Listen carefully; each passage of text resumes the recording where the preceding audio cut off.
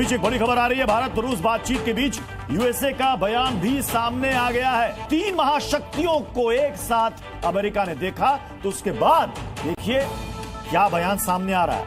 तो देखिए, बात असल ये है, उसने अपने आप को बचाने के लिए किया है। आज की तारीख में अमेरिका का एक बयान आता है, मोदी जी की बायलैटरल हो रही है, मोदी जी पुतिन से बात करेंगे, मोदी जी शी जिनपिंग से बात करेंगे, मोदी जी इस मीटिंग में जाएंगे, उस मीटिंग से उसके पहले इन लोगों ने यहां पे कह दिया कि आपकी और हमारी बड़ी अच्छी दोस्ती है। वो हमने देख लिया अमेरिका की दोस्ती कितनी अच्छी है। मिस इंटरप्रेट कर गए। उनका ख्याल था कि बाकी लोग साइड पे हो जाए और हमें तो अभी ये हो जाएगा। अमेरिका के अंदर बहुत सारी कंपनीज ऐसी हैं बड़ी बड़ी कि जो इसी उनके भेजे हुए सामान से या उनकी एक्सपोर्ट से वो मंगवाते भी हैं और उसी सामान से वो अपनी कंपनीज चलाते हैं। उनको बड़ा डस्ट पड़ा है, उनको बड़ा डैमेज होगा।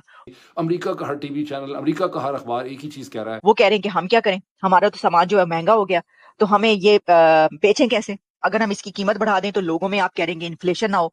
यानी इसका लॉन्ग टर्म नहीं बल्कि आप स्टार्ट ही ऐसा वो इफेक्ट जो है ना, ये बहुत ज्यादा है। या आप इंडिया के मर्सी पे जिए। इस किस्म के टैक्टिक्स भी इस्तेमाल होते हैं जो स्टेट्स करती हैं। भारत और अमेरिका के जो ताल्लुकात हैं वो आगे की जानिब बढ़ रहे हैं और ये प्रोसेस गो के प्रेसिडेंट ट्रम्प ने तो कहा ना कि जी बाइडन ने तो बहुत काम ख़राब किया भारत के साथ ताल्लुकात में, अब हम भारत और अमेरिका के ताल्लुकात को मजीद आगे लेकर चलेंगे। और दोस्तों, इन सारी की सारी चीजों से जो मोदी जी मिल रहे हैं शी जिनपिंग से, जो मोदी जी मिल रहे हैं पुतिन से, कहीं ना कहीं अमेरिका के माथे पे पसीना जरूर आया है।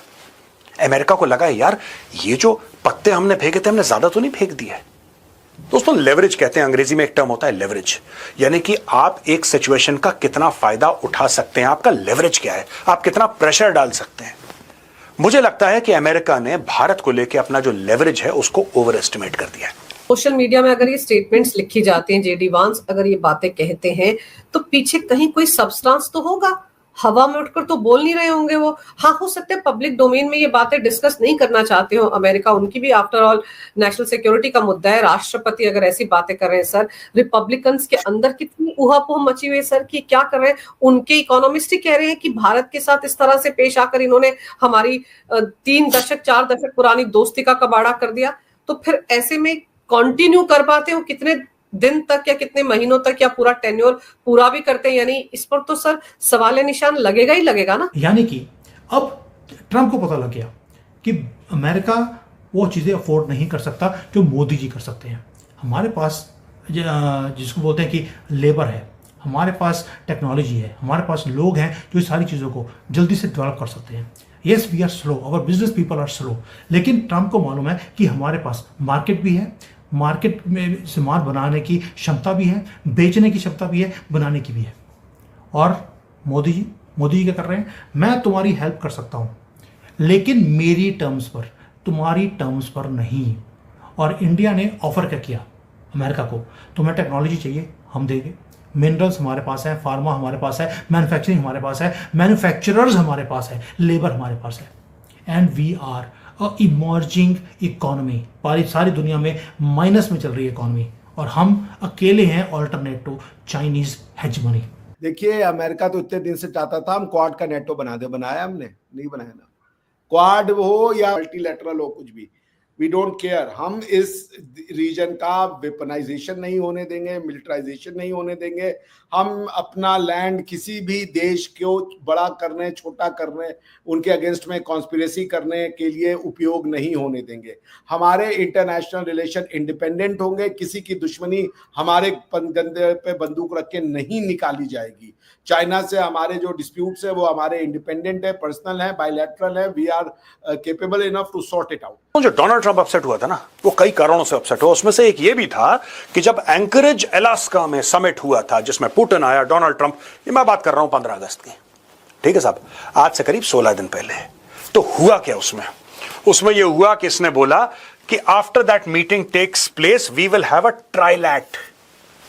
इसने ट्राइलैटरल, यानी कि जब 3 लोग मिलते हैं, 2 लोग मिलेंगे तो बायलैटरल हो गया, 3 मिलेंगे तो ट्राइलैटरल हो गया। जो तुम इसको एक्सपोर्ट्स को बंद करवाने की कोशिश कर रहे हो, फर्क नहीं पड़ता।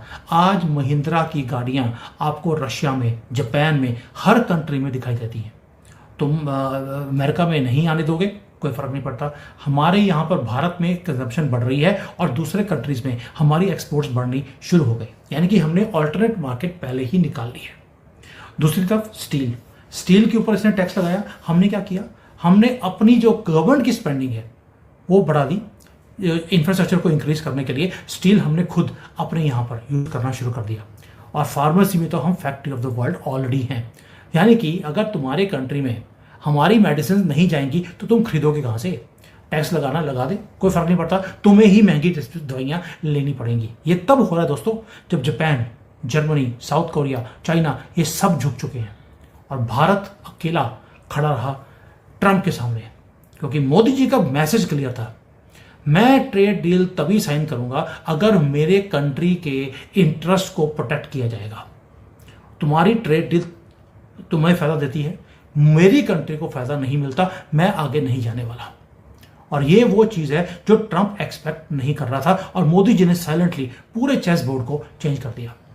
मैं ऐसे ही नहीं बोल रहा हूं, क्योंकि आप सोच के देखिए, इतने बड़ी ट्रेड डील्स के अंदर जो 100 कंट्रीज के साथ ट्रेड डील साइन करना था, उसमें से 90 कंट्री तो वो हैं जो छोटे छोटे कंट्रीज हैं, जिसके साथ बहुत छोटा सा ट्रेड है अमेरिका का।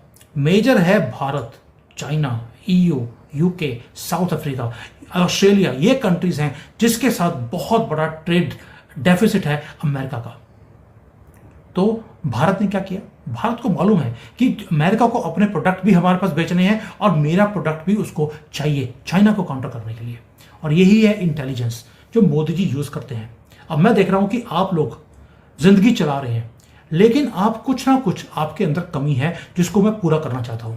आपके लिए मैं भी अब टीम अप कर रहा हूं विथ 2-3 थिंग्स। स्टॉक मार्केट की आपको नॉलेज नहीं है, मैं टीम अप कर रहा हूं, वो एक्सपर्ट्स हैं स्टॉक मार्केट के, आपको स्टॉक मार्केट की नॉलेज कैसे देनी है आपको।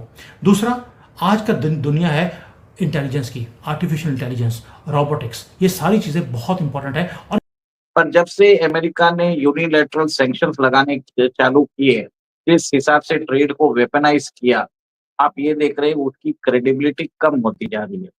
जेक सुवेलिन ने ये बोल दिया ट्रम्प की जो फॉरेन पॉलिसी है, American foreign policy has gone into toilet.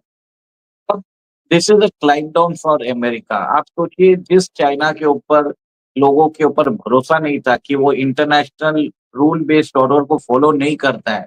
In fact 5-6 साल पहले जो वायरस जो आया था, कोविड वायरस, वो भी वुहान इंस्टीट्यूट ऑफ वायरोलॉजी से आया था, जिसमें पहले चाइना में फैल गया था। चाइना को तो उन्होंने लॉकडाउन कर दिया था मार्च में, मुझे याद है, पर उन्होंने ओवरसीज फ्लाइट रखी थी।